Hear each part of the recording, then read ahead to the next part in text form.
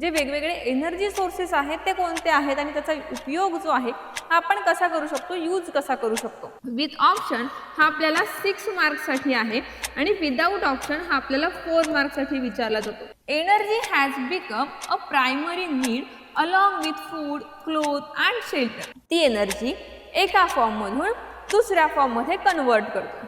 Green energy म्हणजे काय बघायचं. एन्व्हायरमेंटला काही हार्म झालंय का रे? नाही, म्हणून आपण त्याला काय म्हणतो, ग्रीन एनर्जी असं म्हणतो. जी इलेक्ट्रिक एनर्जी आहे ही तयार करण्यासाठी काय प्रोसेस आहे. हॅलो एव्हरीवन, कसे आहात सगळे. मी नेहा तुमचं एकलव्य बॅचमध्ये स्वागत करते आणि आज आपण शिकणार आहोत जो 5th चॅप्टर आहे त्याच्याबद्दल, टुवर्ड्स ग्रीन एनर्जी. मग चला तर सुरुवात करूयात आपण आजच्या लेक्चरला. पहिल्यांदा याच्यामध्ये काय काय कंटेंट आहेत ते आपण बघूयात. याच्यामध्ये use of various energy sources हा आपला पहिला पॉईंट असणार आहे की या पॉईंटमध्ये आपल्याला काय बघायचंय, जे वेगवेगळे एनर्जी सोर्सेस आहेत ते कोणते आहेत आणि त्याचा उपयोग जो आहे हा आपण कसा करू शकतो, यूज कसा करू शकतो. बरोबर. मग त्याच्यामध्ये वेगवेगळे जे सोर्सेस आपण मिळवतोय, मग ते नॅचरली असतील किंवा जे आपण नवीन नवीन सोर्सेस तयार करतोय हे असतील. त्यानंतर पुढचा पॉईंट आहे जनरेशन ऑफ इलेक्ट्रिकल एनर्जी, की जी इलेक्ट्रिकल एनर्जी आहे ही कशी जनरेट केली जाते, ती जनरेट करण्यासाठी काय प्रोसेस आहे, किंवा आपण म्हणू शकतो की कोणत्या लॉच्या माध्यमातून आपण ही इलेक्ट्रिसिटी जी आहे ही जनरेट करू शकतो, त्याबद्दल जी इन्फॉर्मेशन आहे ती आपल्याला त्या पॉईंटमध्ये शिकायची. त्यानंतर नेक्स्ट आहे process of generation of electricity and then next आहे पॉईंट एन्व्हायरमेंटचा. आता या पॉईंटमध्ये जे प्रोसेस आहे इलेक्ट्रिसिटी जनरेट करण्याची, यामध्ये आपल्याला वेगवेगळ्या प्रोसेसेस आहेत, वेगवेगळे प्लांट आहेत की त्या प्लांट जे काही आहेत की त्याच्यामध्ये आपण जी इलेक्ट्रिसिटी जनरेट केली जाते ती कशी होती ते सगळं शिकणार आहोत डिटेलमध्ये. मग ती थर्मल प्लांट असेल, न्यूक्लिअर पॉवर प्लांट असेल, हे असे जे वेगवेगळे पॉवर प्लांट आहेत या सगळ्याबद्दल आपण याच्यामध्ये माहिती घेणार आहोत. मग आता हा जो चॅप्टर आहे हा आपल्याला बोर्डमध्ये किती मार्क्ससाठी विचारला जातो, तर विथ ऑप्शन हा आपल्याला 6 मार्क्ससाठी आहे आणि विदाऊट ऑप्शन हा आपल्याला 4 मार्क्ससाठी विचारला जातो. मग आता या चॅप्टरमध्ये जे काही सगळे फ्लो चार्ट आहेत हे सगळे प्रॉपरली करून जायचे, प्रिपेअरच राहायचे, कारण की मोस्टली जे क्वेश्चन्स आहेत हे त्या फ्लो चार्ट्सवरती विचारले जातात. आणि काही प्रॉब्लेम्स आहेत की बा एखादा जर पॉवर प्लांट आहे हा उभा करत असताना किंवा ते पॉवर प्लांट आपण जे यूज करतो त्याच्यापासून जी काही इलेक्ट्रिसिटी जनरेट करतोय, ती इलेक्ट्रिसिटी जनरेट करत असताना आपल्या एन्व्हायरमेंटला काय काय प्रॉब्लेम्स आहेत किंवा काही इश्यू क्रिएट होत आहेत का, या सगळ्याबद्दल आपण याच्यामध्ये शिकणार आहोत. त्यानंतर आपल्या एन्व्हायरमेंटसाठी किंवा आपण असं म्हणू शकतो की इको फ्रेंडली असणारे असे कोणते पॉवर प्लांट आहेत का, किंवा असा कोणता सोर्स आहे का ज्याच्यापासून आपण कंटिन्युअसली इलेक्ट्रिसिटी जनरेट करतोय without any harm to environment. आपल्या एन्व्हायरमेंटला कोणताही हार्म न करता आपण इलेक्ट्रिसिटी कशी जनरेट करता येऊ शकेल हेही शिकणार आहोत. मग चला आजच्या लेक्चरला सुरुवात करूयात. जो पहिला पॉईंट आहे तो आपण बघणार आहोत use of various energy sources. मग आता पहिल्यांदा बघूयात वेगवेगळे टाइप्स कोणते आहेत एनर्जीचे. Okay. Energy has become a primary need along with food, cloth and shelter. आता जर आपल्याला असं कोणी विचारलं की आपल्या बेसिक नीड काय रे, अगदी लहानपणापासून आपण सांगत आलोय ज्या आपल्या गरजा आहेत, मूलभूत गरजा, अन्न, वस्त्र आणि निवारा. बरोबर. ह्या ज्या सगळ्या नीड आहेत ह्या तिन्ही नीड कशा आहेत, आपल्या बेसिक आहेत. पण आता याच्यामध्ये अजून एक नीड ऍड झालेली आहे, ती कोणती रे, तर इलेक्ट्रिसिटी. बरोबर की नाही. जर इलेक्ट्रिसिटी नसेल तर आपण आपली कामं करू शकतोय का. अगदी सकाळी उठल्यापासून ते रात्री झोपेपर्यंत जी ऑलमोस्ट सगळी कामं आहेत ही सगळी कामं आपली कशावरती डिपेंड आहेत, इलेक्ट्रिसिटीवरती डिपेंड आहेत. मग कसं, तर बा आपण सकाळी उठल्यानंतर आंघोळीसाठी असेल किंवा आपण जे गरम पाणी वापरतो ते गरम करण्यासाठी हीटर असेल, गिझर असेल, ते गिझर कशावरती चालतंय, इलेक्ट्रिसिटीवरती चालतंय. बरोबर. त्यानंतर आपले कपडे प्रेस करायचे असतील त्यासाठी आपण काय वापरतोय, इस्त्री वापरतोय. ती जी इस्त्री आहे ती सुद्धा कशावरती चालते, इलेक्ट्रिसिटीवरती चालते. जेवण बनवायचं असेल त्यासाठी सुद्धा जे काही आपण म्हणतो की जो गॅस आहे किंवा बऱ्याचदा गॅसला जो अल्टरनेटिव्ह सोर्स म्हणून वापरला जातो ती इलेक्ट्रिकल जी शेगडी असते ती आपण वापरतोय. बरोबर. मग अगदी बेसिक गोष्टी सुद्धा आपल्या इलेक्ट्रिसिटीवरती डिपेंड आहेत.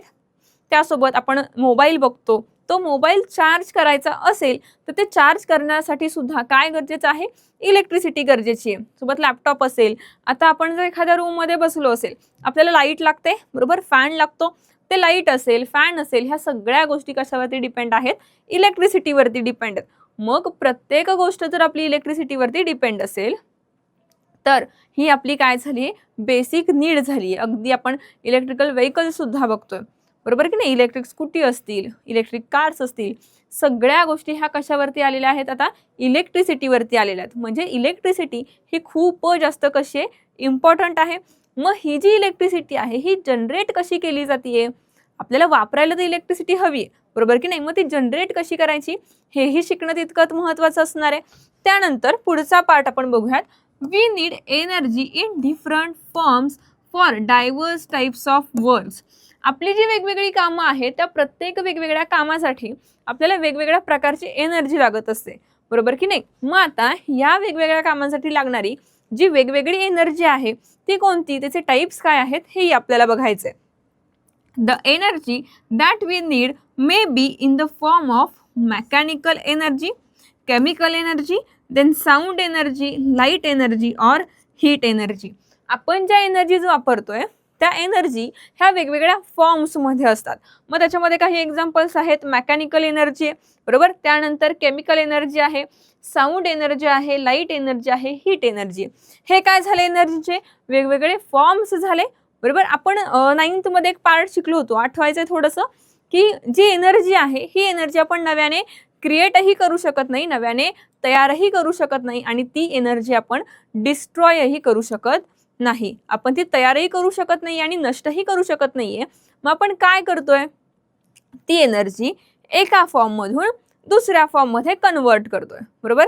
हे जे कन्व्हर्जन आहे एनर्जीचं तेही आपण 9th मध्ये शिकलेलो आहोत बरोबर. मग त्याचं इलेक्ट्रिकल एनर्जी असेल, इलेक्ट्रिकल एनर्जीचं आपण कन्वर्जन कशामध्ये करतो, लाईट एनर्जीमध्ये करतो बरोबर, साऊंड एनर्जीमध्ये करतो, हीट एनर्जीमध्ये करतो. असे वेगवेगळे काय झाले, हे सगळे फॉर्म्स झाले. मग हे जे आपल्याला एक्झाम्पल्समध्ये दिलेले आहेत, मेकॅनिकल एनर्जी आहे, त्यानंतर केमिकल एनर्जी आहे, साऊंड एनर्जी, लाईट एनर्जी आणि हीट एनर्जी, हे सगळे काय झाले, वेगवेगळे फॉर्म्स झाले एनर्जीचे. इथेही काही टाइप्स दिलेले आहेत एनर्जीचे, थर्मल एनर्जी आहे, त्यानंतर रेडियंट एनर्जी आहे, light energy, chemical energy, nuclear energy, electrical energy, त्यानंतर आहे ग्रॅव्हिटेशनल एनर्जी आणि मेकॅनिकल एनर्जी. वेगवेगळे फॉर्म्स आहेत एनर्जीचे. मग ह्या एनर्जीचा आपण वापर करतोय बरोबर की नाही, अगदी रोजच्या आयुष्यामध्ये सकाळी उठल्यापासून ते रात्री झोपेपर्यंत आपल्याला एनर्जी ही खूप महत्त्वाची आहे, अगदी बेसिक नीड झालेली आहे.